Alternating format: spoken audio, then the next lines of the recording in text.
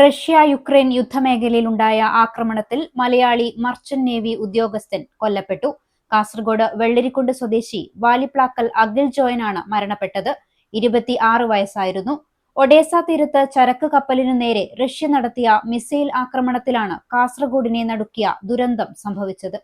ഉക്രൈനിലെ Odessa തീരത്ത് guinea ബിസാവു പതാകയുള്ള golden Leo എന്ന ചരക്ക് കപ്പലിനു നേരെ റഷ്യ നടത്തിയ ക്രൂസ് മിസൈൽ ആക്രമണത്തിലാണ് അഖിൽ ജോയൻ കൊല്ലപ്പെട്ടത്.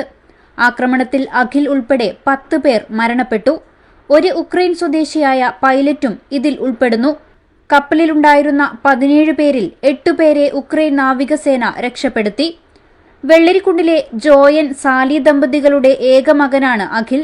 അവധിക്ക് നാട്ടിലെത്തി വിവാഹം ഉറപ്പിച്ച ശേഷം 1 മാസം മുൻപാണ് അഖിൽ തിരികെ ജോലിയിൽ പ്രവേശിച്ചത്.